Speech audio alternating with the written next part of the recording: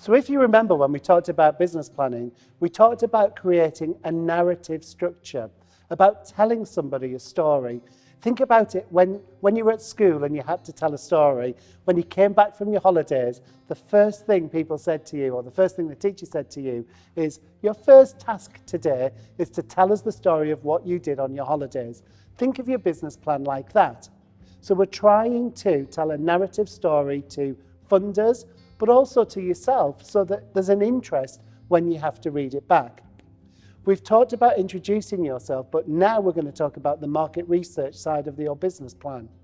We're going to identify where the market is, and we're going to demonstrate that to people. So we're going to talk about the size of your market. Now, I'm going to give you an example. When we think about size of your market, not every person will be your customer. And to illustrate that, I'm going to tell you a little story.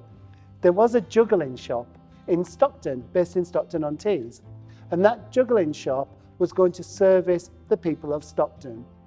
How many jugglers, honestly, do you think live in Stockton-on-Tees? Maybe 50, 60, or maybe 100, maybe 200, but not more than 2,000. How would that shop operate on a bricks and mortar basis if the main people that they were targeting were based in Stockton? And quite frankly, how often do you buy juggling balls? The way that they made that market and that shop work really, really successfully was to take it from a bricks and mortar store onto an online store. So the juggling balls and juggling equipment could be sold in Cornwall, in Scotland, in Wales, in Sardinia, in Spain, wherever that might be, and really, really successfully. So the next time you're in London and the next time you're in Covent Garden and you see that juggler with his juggling balls or his cones or even juggling rings of fire, he's probably bought them from that online juggling store based in Stockton, however, selling to the world on the internet. So when you think about the size of your market for your product or service, where will that market be?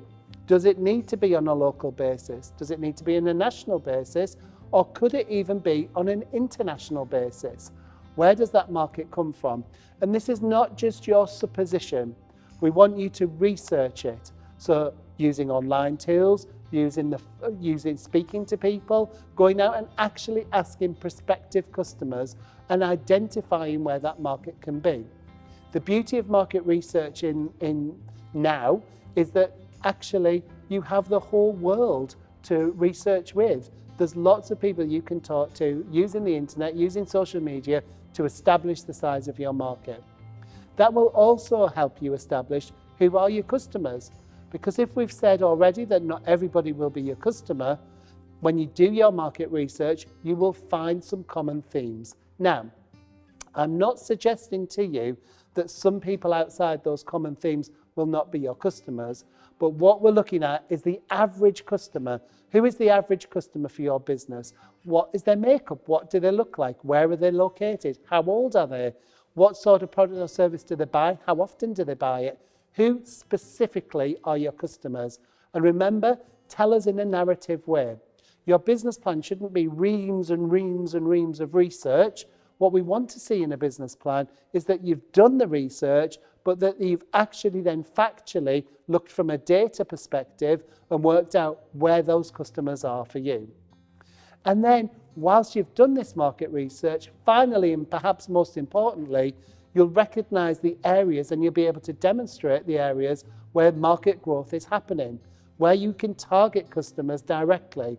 That's vitally important, not just from a business planning point of view, but from your own point of view, because market growth and identifying that early over the next 3 to 5 years, where that growth will be, will help your business grow as well. So it's great and fine to write a business plan for where you are now, but your business plan should always be looking to the future. And that's why the narrative works. Remember, your business plan is a living, breathing document. It will not be the same today as 3 months, 6 months, 3 years, 5 years. I know from my own business's perspective, 10 years, the business looked very different to when it was the first started, and 15 years, the same again. So think about the business planning process as an ongoing process. Where do you want to be? Not just for funding, not just for growth, but a mixture of the two. These videos are funded through Tees Valley Business Startup and the European Regional Development Fund.